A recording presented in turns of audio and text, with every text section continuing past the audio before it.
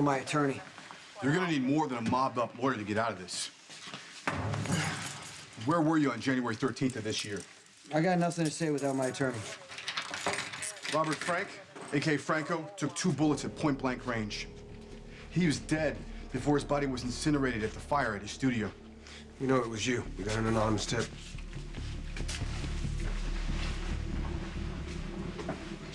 It's McBain. Christina is absolutely... No, we don't know anything. We need to organize a search party for your sister. Don't bother. I'm right here. Christina. Where have you been? I'm gonna yell at you later right now. Don't even, Mother.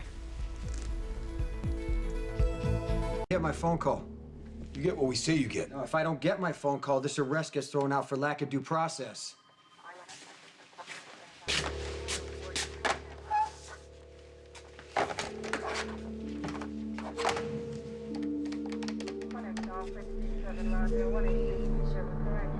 Christina, what is going on? You disappear from... I almost had the FBI looking for you, and then you show up here without an explanation and without a hug. You're Shouldn't obviously you get very... that? No, It I could will be let the someone voicemail important. pick up, and would you please just lose the attitude? I don't deserve it. Really? This is Alexis Davis. You've reached my voicemail. Please leave a detailed message. Really, no client is more important to me than you are, and you know that. So important you'd do anything for me. Yo, hey, what's going on, Christina? Going on? I'd be the last to know. Well, it's just we haven't heard from you in ages. We thought you were swamped with papers and exams. Yeah, and I just called one of your roommates, and they said that you left school weeks ago. True. You are old enough to drive, and you are old enough to vote. But you cannot just leave school like that. You can't. Sorry, you're right. I didn't leave school. I quit. Ah, what happened? That's crazy. I found out I didn't belong there. We know this is your first time living away from home, and that's a big adjustment. Yeah, and you started late. That makes it even harder to fit in. Oh, I fit in fine.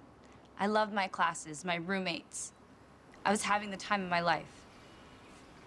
Okay, so why do you say you don't belong? Ask him. You'll notice he hasn't said much. It's a pattern with Dad. Means he's guilty. Of what? Pulling strings. Tell him, Daddy. Tell him how you strong-armed Yale into taking a girl they didn't want.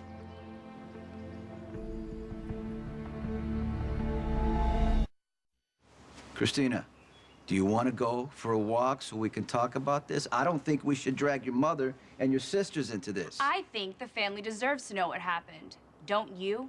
In fact, I'm instituting a new policy. Starting today, everything out in the open. Starting with the fact that Yale suddenly didn't have a vacancy and decided to reach out to a girl they originally rejected. You weren't rejected. You were on the wait list. Which is where I would have stayed, Molly, if he hadn't done something about it. God knows how many legs you had to break or how many people you had to threaten with car bombs. Enough! Let me admit. Now! You want to talk about the current situation, we'll talk about that. But don't bring up something in the past that hurt me. So, what's the problem with your school? My problem is I should have never been there in the first place. You forced Yale to enroll me. Uncle Sonny, is that true?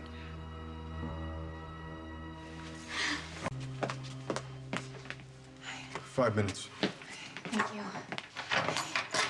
Hey, thanks for coming all the way down. Are you okay? Yeah, I'm fine. Did Bernie give you the money? Yeah, it's in my purse, but just out of curiosity, why'd you want me to bring it? Well, I didn't think the cops react well if Bernie came in and started waving around money for a nuisance arrest. You consider murder charges a nuisance arrest? Look, there's nothing to tie me to Franco's death. Then what are you doing here? What happened? I think McBain called it in. Why? He's trying to take Sonny down. He said he was coming after me, and here I am. Yeah, help my daughter get into college. You know, there's nothing to be ashamed of. You know, somebody's parents donated those science slabs or put a word or two into the dean's ear about an IPO. That's what you do when you love your kid. She's worked very hard, so, you know, you call in favors. And we all know what happens when you get a call from one of the biggest mob bosses on the East Coast. You drop everything, you do what he says, because if you don't, you might end up dead. You watch too much TV. This isn't funny, Dad. I'm not laughing, You have no Christina. more excuses. I'm done with all the lies. From the both of you. Wait, are you saying Mom knew about this?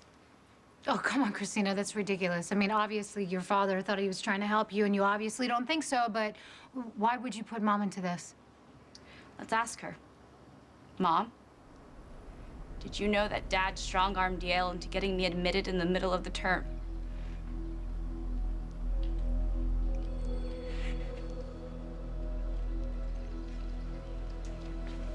I know.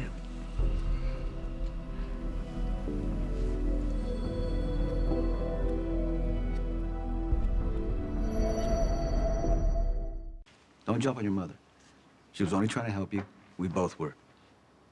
See? She's as bad as he is. There is nothing wrong with using your influence to try to take care of the people that you care about. That's how the world works, Christina. And it's ridiculous for you to stand there, disrespect your parents, like this is some kind of tragedy.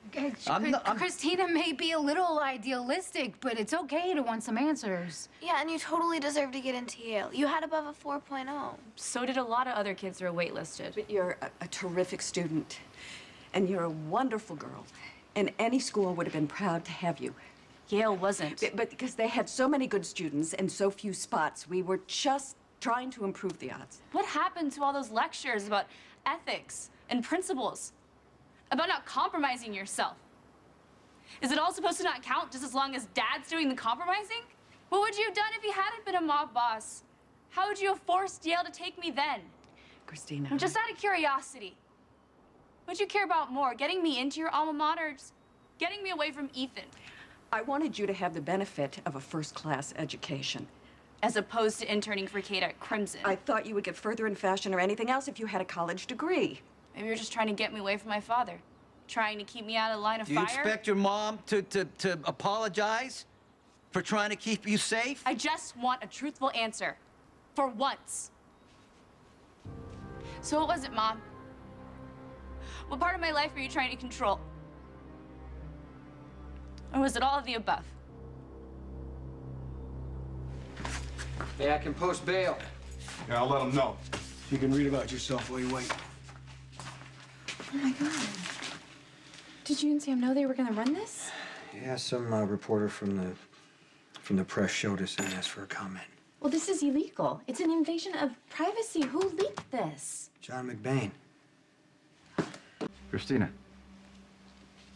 if you'd wanted to stay here, hang around Ethan, be an intern at Crimson, we'd be having a different conversation right now. But that's not what happened. You chose to go to Yale. And you strong-armed a school into admitting me in the middle of the term so you and Mom could get me out of town. All right, well, look, Christina, I don't really think that's fair. I mean, sure, maybe you don't like Uncle Sonny's methods or that Mom went along with it, but they were just trying to make your dream come true. They made me look like a fool. I waltzed in there in the middle of the year all proud of myself because I think I had the scores, the grades. No. I'm there because my father threatened somebody. Well, what makes you think that? This girl, who I knew worked study in the dean's office and overheard them talking about me. It was all over campus in over half an hour. He started calling me Mob Princess. Nobody would study with me. Nobody would return my texts. And if I walked into class, he just stared at me. And I felt like a freak. Honey. Honey, I'm so sorry. You ruined my life. Both of you. Hey, look at. I think we all understand that this was really important to you, but like, if Yale was something you wanted, why didn't you tough it out and prove them all wrong? Look, I know you have no problem being married to the mob, but I'm not you. I don't appreciate being made a laughing stock. So I quit. Weeks ago, according to your roommate. Where did you go? We're processing the bail payment. It shouldn't be that long now. Thank you for doing this. Yeah, of course. So tell me, what does McBain gain by smearing you in the papers? He plants a story like this, then he calls in a tip linking me to Franco. Even if there's not enough evidence to get me to trial, investigation, it's a diversion to get me out of the way. And then McBain has a clear shot at Sonny. Sorry, poor choice of words. No, you're right. McBain is after Sonny. And whatever else he can get. Okay, look, I know you have issues with Mom and Sonny, but Molly and I were really worried about you. Yeah, where did you go? I packed my bags and I left campus. I didn't know where I was going. Somehow I ended up at a coffee shop, just waiting for a sign. And I got one. He walked in and slid into the booth across from me and asked if I wanted to talk about it. He who? So now that this is in the paper, everybody's gonna know. I know. I went to see Monica. And I told her the whole story, what Franco did to Sam, and that Franco's my brother. Did you tell her about the baby? Yeah. Yeah, I mean, Franco was Alan's son, the baby's still a Quartermain. I wanted to give them a chance to think about the baby and what they're gonna do. And what do you think? I think Monica's gonna be fine. I'm not sure how Edward's gonna react. What about you? How do you feel about the baby? Monica said something to me. She said that I was living, breathing proof that Alan had cheated. She didn't want me. She didn't want me in the house.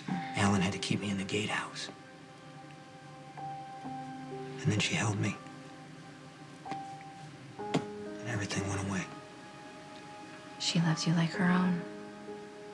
That was her point. That it is possible. Yeah, I went to talk to Sam. I just keep thinking about how innocent the baby is, and it's not fair for me to burden this child with my history. So you changed your mind. Then the reporter showed up. And the whole thing was in my face again. What Franco did and how I couldn't stop it. Okay, but now that this is in the open, there's nothing to hide. There's nothing to cover up. Maybe in time, you and Sam will work things out. You're free to go, for now.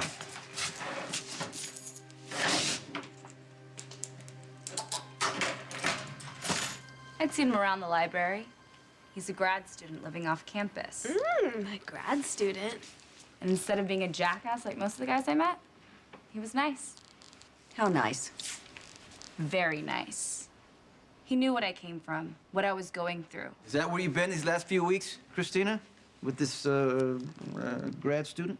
Huh? We were working on something. Yeah, I bet you were. A very important project. What kind of a project? A family project. Oh, God. Are you pregnant too? Christina, tell me you're not pregnant. Please. When I get pregnant, it will be on purpose. And with someone I love. Is she pregnant? No. No. When that happens, I wanted to be like Sam. She waited for Jason, and now they have everything they want. I think it's so great that you're having a baby. You and Jason must be so happy.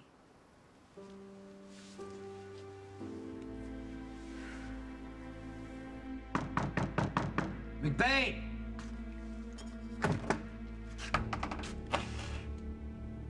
What can I do for you? You've done enough already.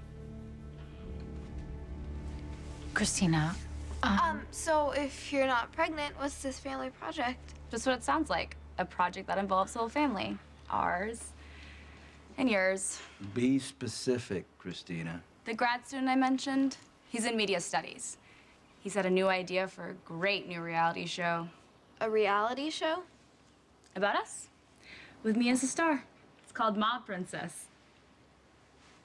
Could it be any more perfect? You know, JaSam,